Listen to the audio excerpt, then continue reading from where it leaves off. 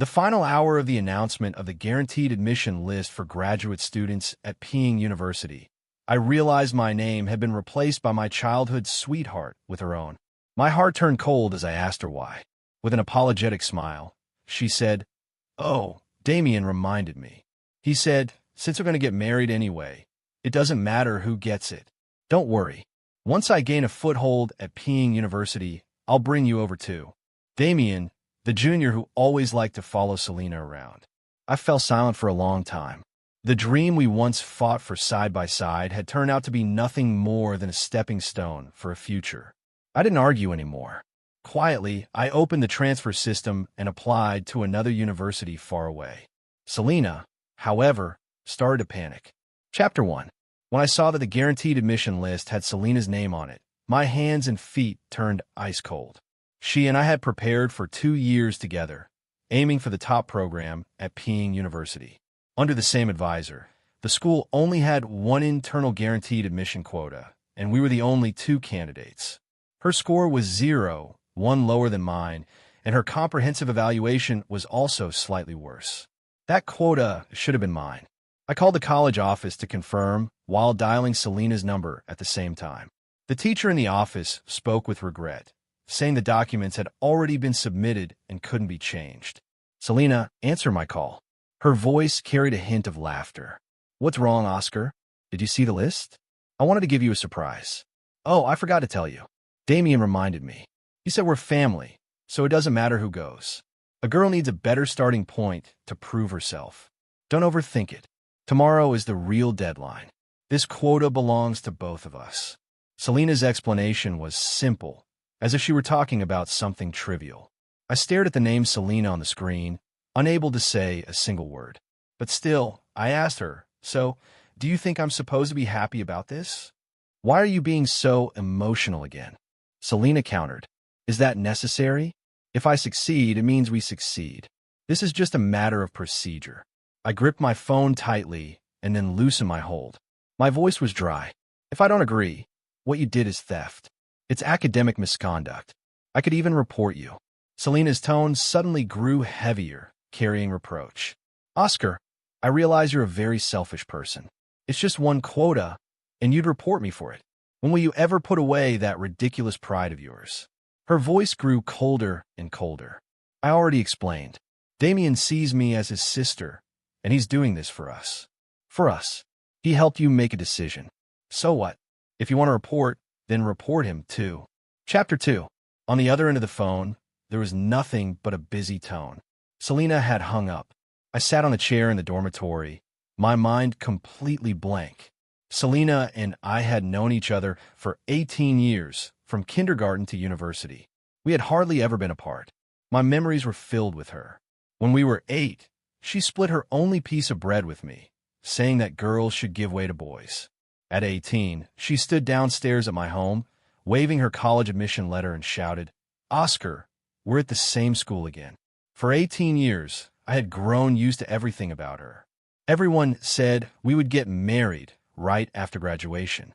So, in my plans for the future, there was only her. But now, one person was headed to Peking University and the other stayed behind. Between us lay an unbridgeable quota and a Damien. I could report her, voiding the quota, making it so neither of us could go, but I felt too tired inside, without even the strength to open the reporting website. After staring blankly for half an hour, my roommate called me, saying someone was looking for me. I walked out of the dorm building and saw Damien standing under a tree in a white shirt.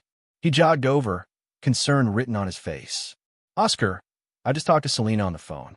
She's in a bad mood and asked me to explain things to you. Is now a good time?" Damien got straight to the point. His voice was soft, yet it carried an unmistakable trace of smugness. This whole year, he had been like this with me, caring, considerate, yet secretly showing off. And now, here he was again. I looked at him coldly, unable to understand why Selena would be fooled by someone like him. In fact, at first, Selena found him annoying, thinking his intentions weren't pure, until one time when Selena stayed up 3 nights in a row to finish a project report and collapsed in the library. I was just about to go buy medicine when Damien appeared with a bowl of porridge he had cooked himself, feeding it to her spoon by spoon. After that, the way Selena looked at him changed. Although she later rejected Damien's confession, she no longer resisted his presence. In the end, Damien decided to call Selena his sister. The whole college knew Selena had gained a considerate little brother, and I had gained a nickname, Prince Consort. Many people joked about it. Even Selena laughed, but she would rub my hair and reassure me. Don't listen to their nonsense. You will always be my one and only. Chapter 3. Am I still the only one now? I pulled at the corner of my lips. Looking at Damien, he looked at me timidly and asked again, Oscar, Selena asked me to tell you that she did this for both of your futures. If you're still upset, I'll ask her to come and apologize. Before I could answer, Selena walked over from not far away. Her brows were tightly furrowed, her tone displeased. Damien, asked you to explain, not to stand here taking scolding. I was just afraid Oscar would misunderstand you, so I wanted to say a few words. Damien was flustered, his eyes suddenly welling up red. Selena's expression softened as she reached out and touched his hair. Silly boy, what's there to explain to him? The decision I made. I'll take responsibility for it. But Damien lowered his head, his shoulders trembling slightly, putting on a pitiful display. Selena then glanced at me with a trace of dissatisfaction. Look how much Damien cares about us. And you don't even have this much vision. Pathetic. She always believed that taking away my quota was for the sake of our shared future. If I got angry, it meant I was narrow-minded. It meant I was selfish. Why was it my fault? I pointed at Damien. He cares about us in our entire senior year. How much trouble has he caused? Pretending to deliver you notes. Sneaking into our apartment, drinking from my cup, wearing my slippers, always playing innocent, shamelessly clinging to you, and calling you his sister as if he's acting in some cheesy drama. On the surface, he calls me brother. Behind my back, he tells others I don't deserve you. Just seeing him makes me sick. With every sentence I spoke, Damien's face grew paler. In the end, he lowered his head, his whole body trembling, tears streaming down his face. Selena glared at me, her face dark. Have you said enough? Since when did you become so harsh? Or is it that you really want mutual destruction? My heart skipped a beat. So even Selena could use those words to threaten me. What she meant was, if you dare report me, then we'll both go down together. I lifted my head and stared at Selena for a long time. It was as if I were looking back at the 18 years we had shared. Selena met my gaze for a moment, her eyes flickering and her expression softened slightly. I knew her. We knew each other too well. One glance, and we could tell what the other was thinking. Those 18 years I had been with her through every day and night. When she was sick, I stayed awake all night by her bedside to make her favorite sweet and sour ribs. I burned blisters across my hand. Every weekend, she leaned on my shoulder as we planned our future together. We had never been apart, never willing to reproach each other. But this time, Selena was different. Even though she softened a little, she still chose to defend Damien. Damien meant well. If you apologize to him, we'll put this behind us. In an instant, those 18 years of the past felt like they had been crushed into fragments. I no longer looked at her. Instead, I smiled faintly. No. The softness on Selena's face turned dark again. Oscar, you're testing my patience. Since when did Selena need patience with me? Oh, I had forgotten she did have patience. Her patience used to be for comforting me, never letting me suffer the slightest grievance. Unfortunately, her patience was far too flexible. Now it was reserved for Damien. Suddenly it all felt meaningless. I turned around and walked away. Do as you please. Selena clenched her fists, then turned away with a crying Damien. Chapter 4. I returned to the dormitory and opened my computer again. I didn't report her. Instead, I opened the graduate admissions transfer system. Now was the golden time for transfers. Every minute later meant one less good school and one less good program. I had only one night. I had to make a choice. I gave up on all the universities in the East and turned my eyes to the far West. In the end, I filled out an application for Northwest University, a place 3,000 kilometers away from home. At the moment I submitted the application, I felt surprisingly calm. So, not being in the same city as Selena turned out it wasn't such a big deal. After closing my computer, my best friend Ryan called me on video, his face full of anger. Oscar, guess what I just saw on the school forum? A post by Selena and Damien. They're celebrating their guaranteed admission success, thanking their families for support and understanding with a picture of Damien leaning on Selena's shoulder. Ryan sent me the screenshot. I saw Selena. She and Damien were smiling happily on the screen. Underneath the post, many people were sending blessings. Selena is awesome. Peking University is waiting for you. Damien is so handsome. Selena is so beautiful. When will you two make it official? Prince Consort got dumped, didn't he? Ha! Then a sleazy comment popped up. Selena's amazing. Left arm Oscar, right arm Damien. Either she brings Oscar along or she sleeps with Damien. Ha! The love triangle showdown is coming. The classmates were having a wild party online. Damien pouted and replied in the comments with a shy emoji. Selena didn't reply, but she called me. When I answered, Selena's voice was low. I've calmed down now. My attitude was bad earlier. Come over. Let's have dinner together. Apologize to Damien, and I'll delete the post. I didn't speak. Selena frowned. Say something. Is it that hard to apologize? It's not hard. It's impossible. Forever impossible. Just like I could never go to Ping University again. Fine. Keep being stubborn if you dare. Selena's temper flared.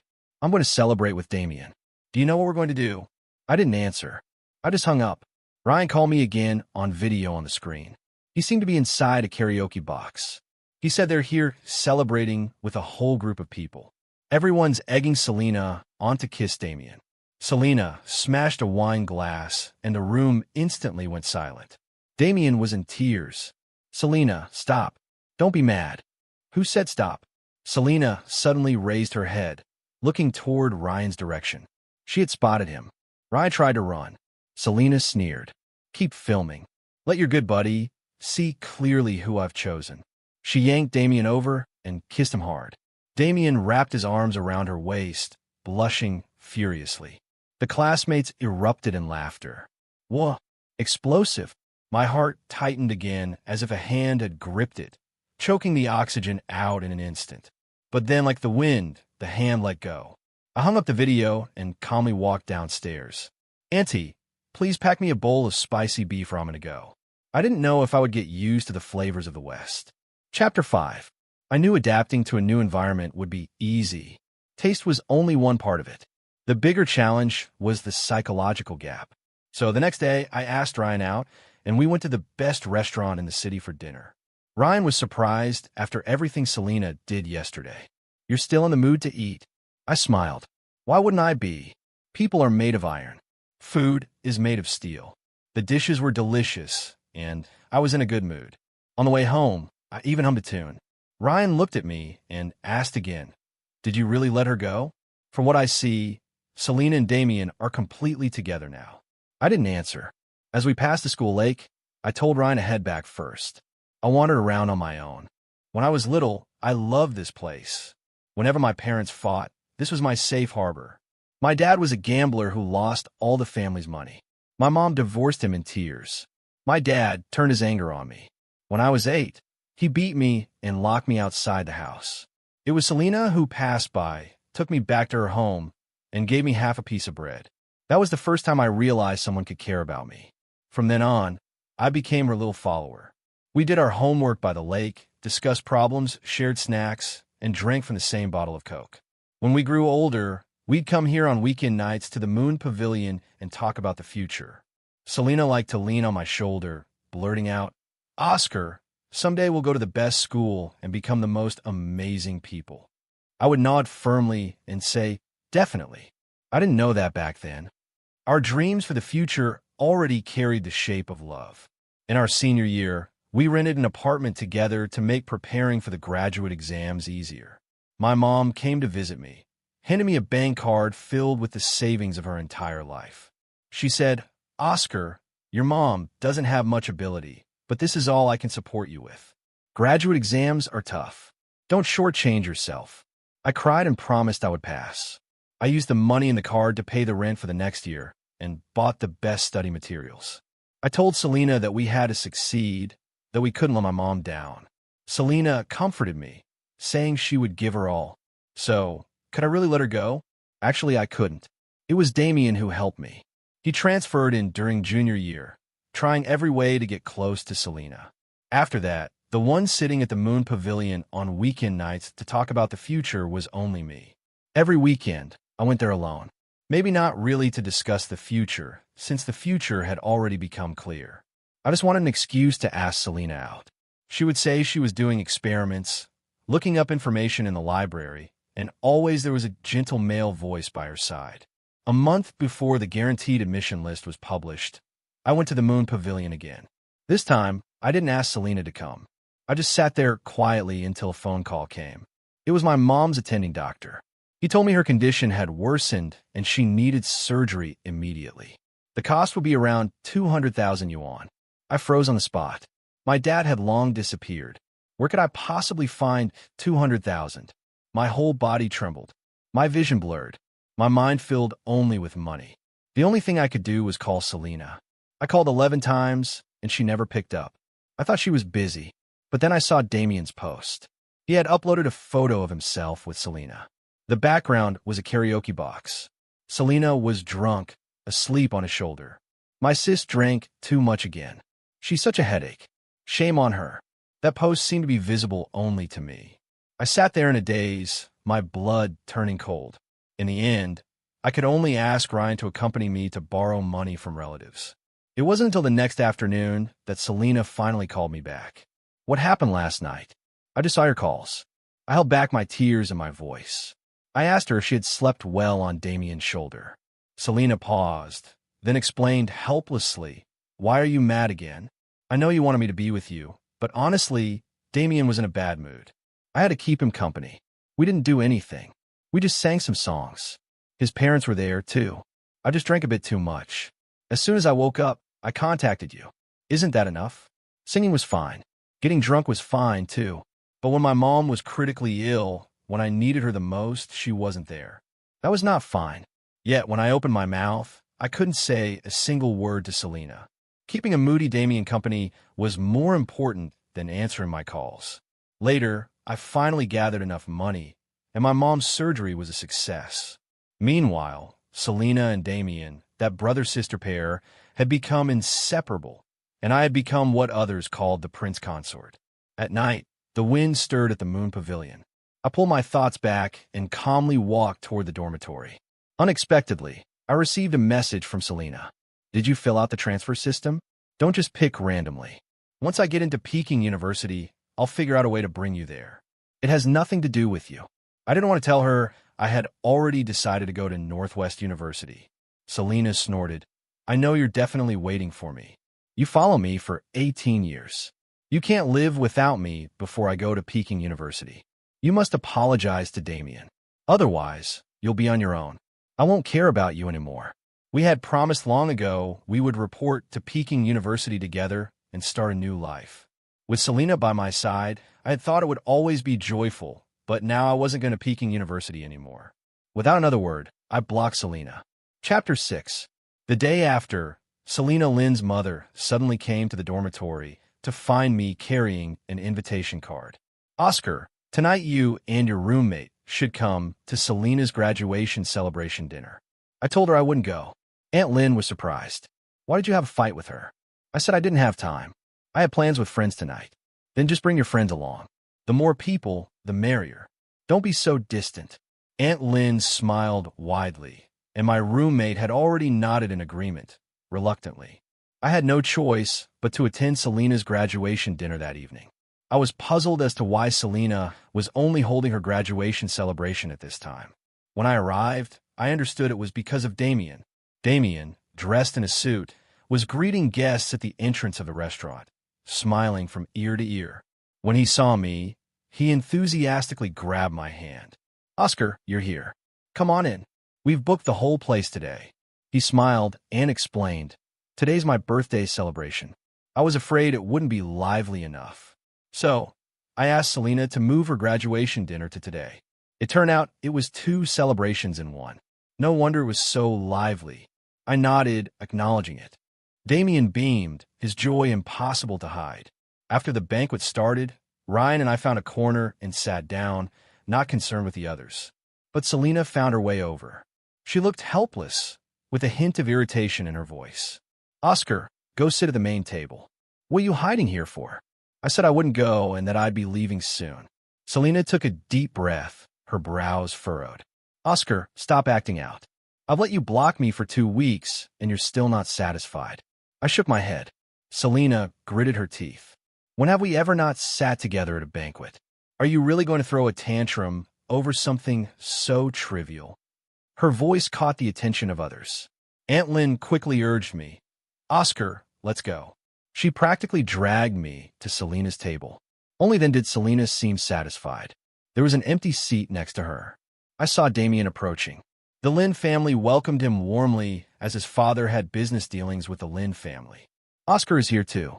It's just that Selena and I were discussing life after we get to Peking University. After all, we'll be together for several years. He smiled.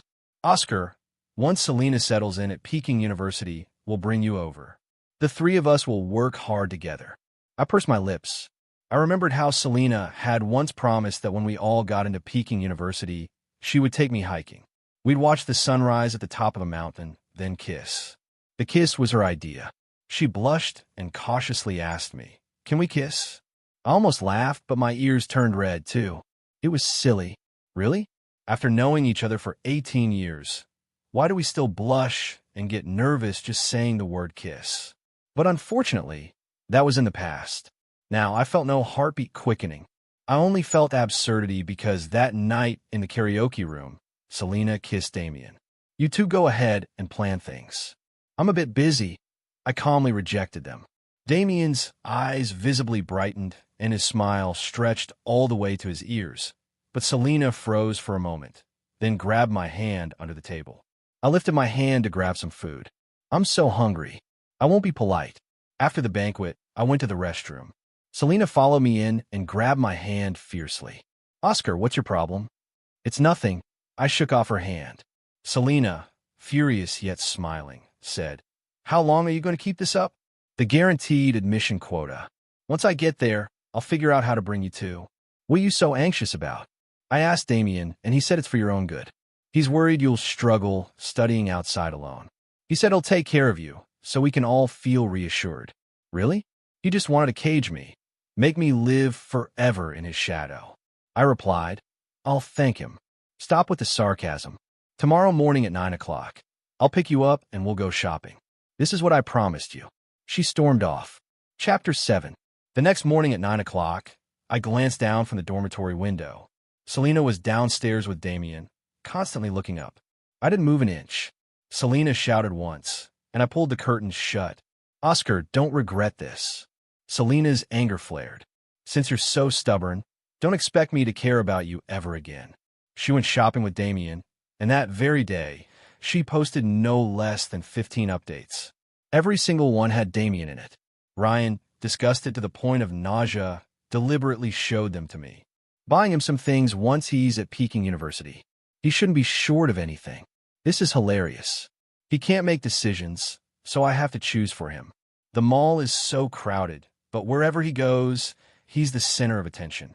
Handsome men really are rare. Beneath these posts were plenty of classmates' comments. "Ah, she's taking Damien to Peking University instead of Oscar. Did they really break up? Prince Consort must be crying in the bathroom. Haha, not going to lie. Damien is really handsome. Selena, post more pics. Elena, take it easy tonight. Don't wear him out."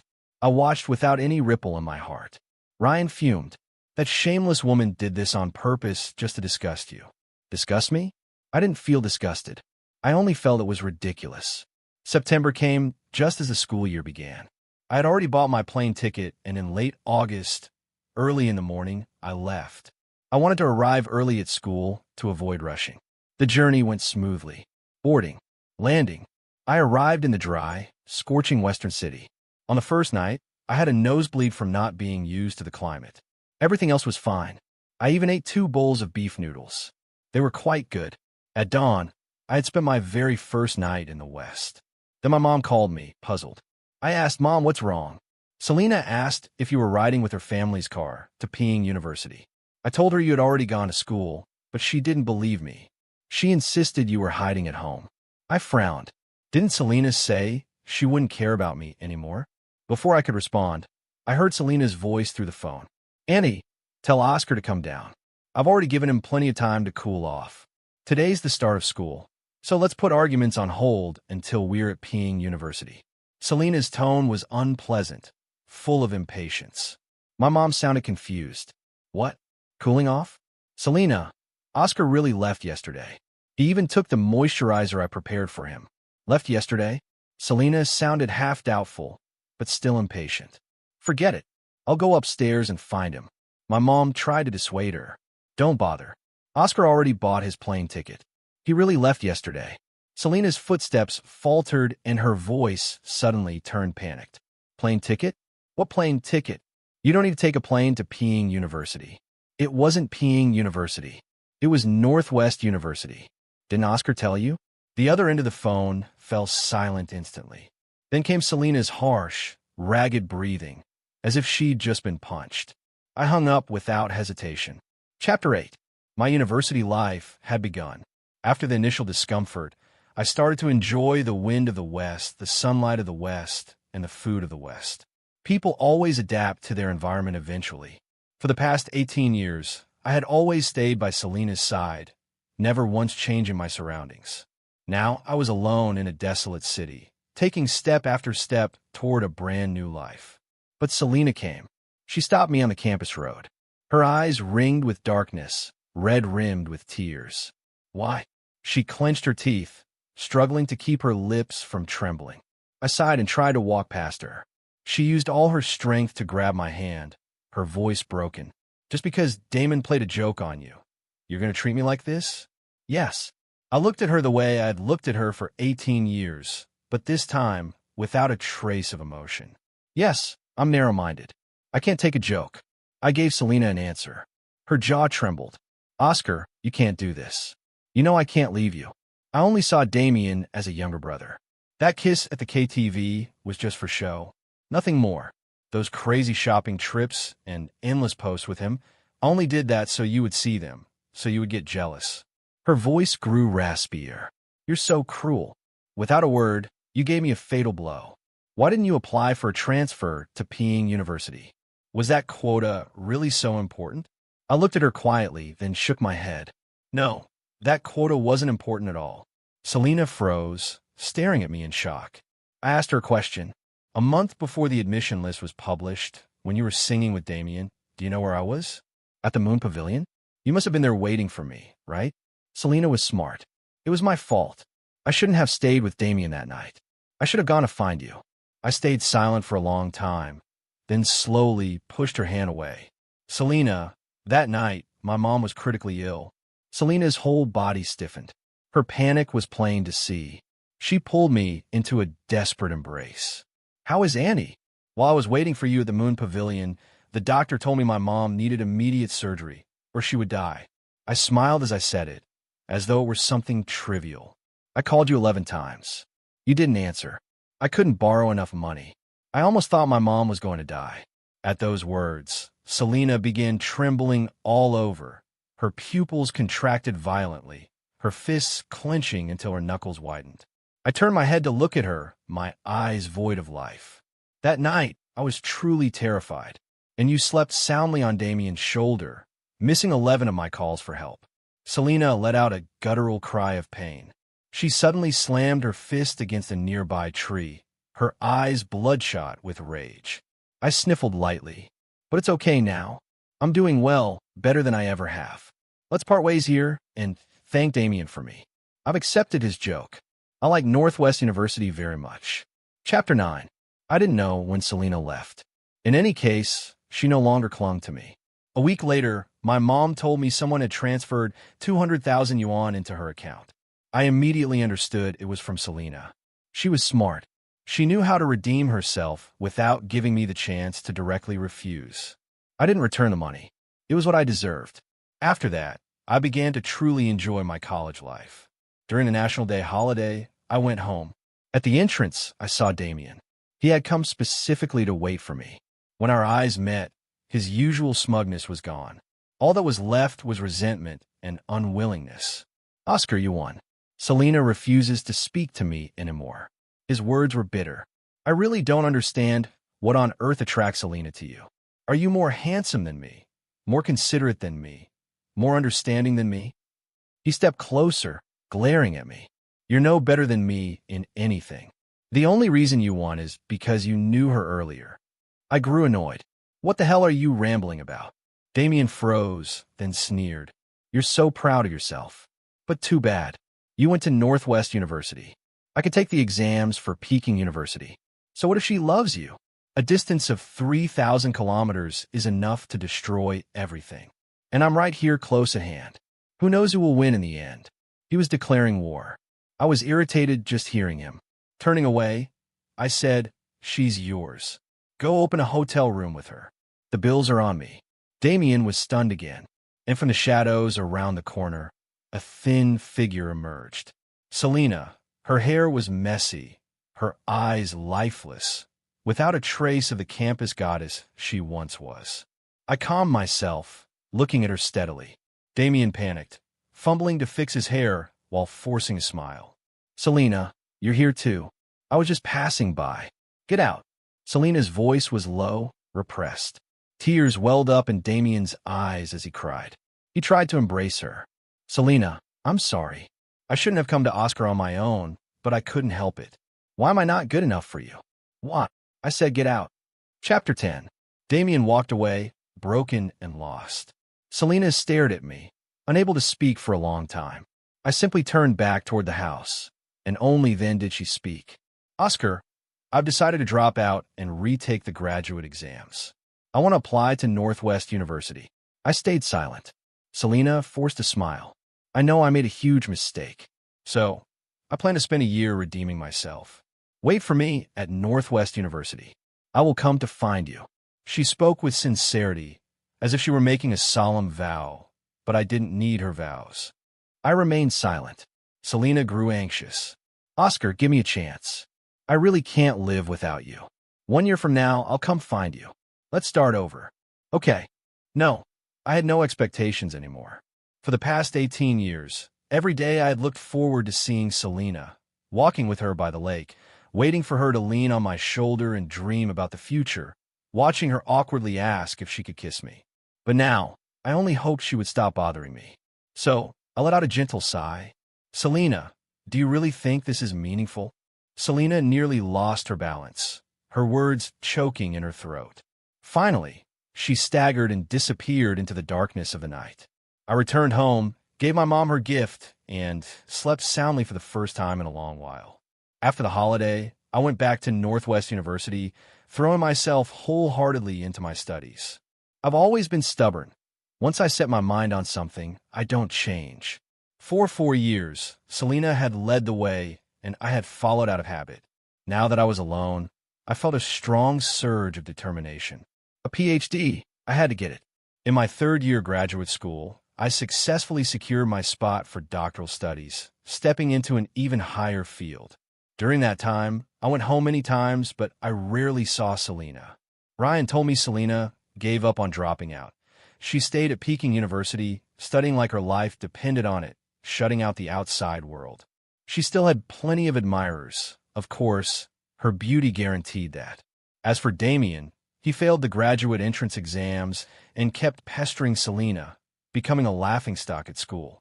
After several inappropriate incidents, he was even publicly criticized by the university. That's the price of being blinded by obsession. As for me, I never fell in love again. I simply had no interest.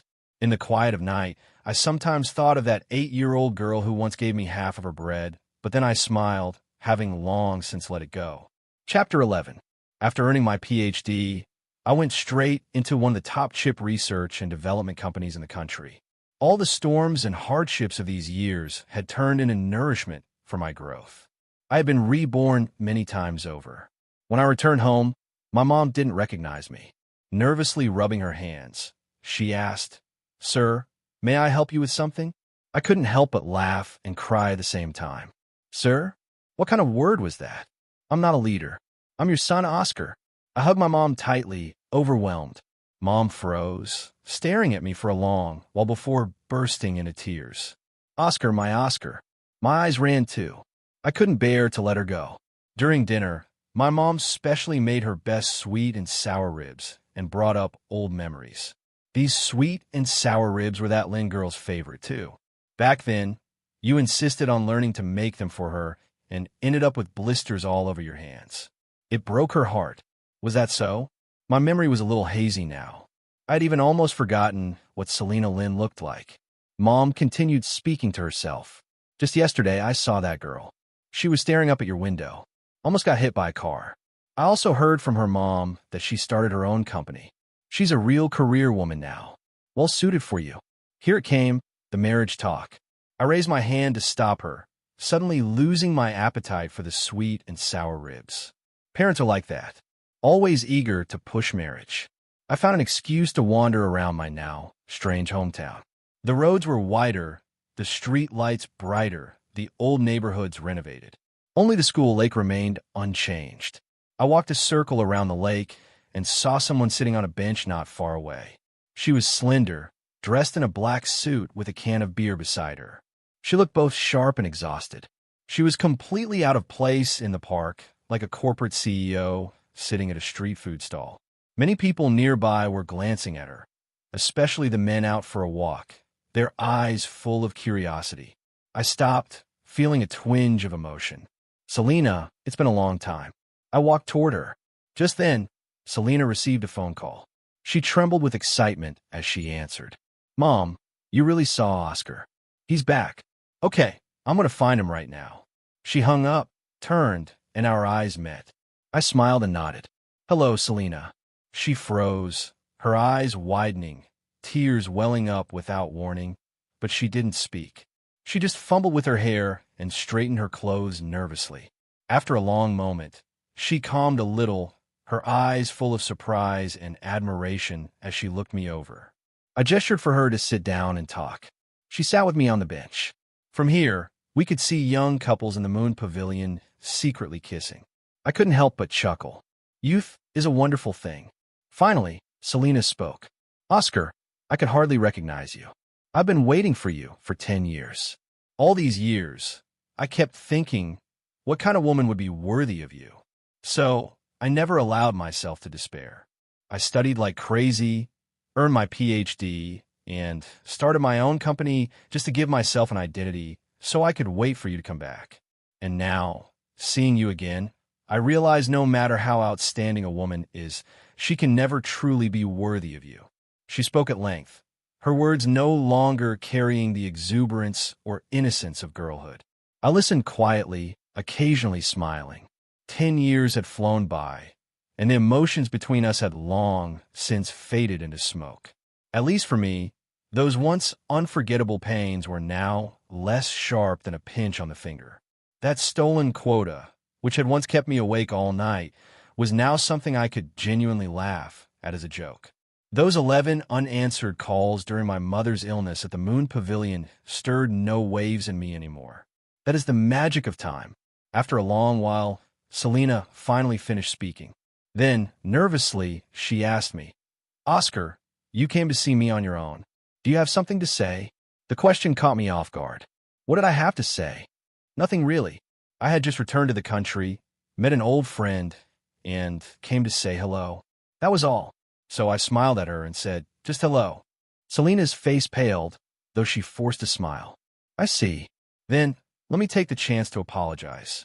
When I was young, I acted thoughtlessly and hurt you. I'm sorry. I gave a small nod, indicating I accepted it. Silence fell between us. I stood up to leave, but Selena, gathering her courage, tried to stop me. Oscar, since you accepted my apology, can we start over? As if afraid I would refuse, she rushed on. I've waited for you for 10 years. In those 10 years, I often went to see you. I bought 165 tickets to Northwest University and 80 tickets to the city where you worked.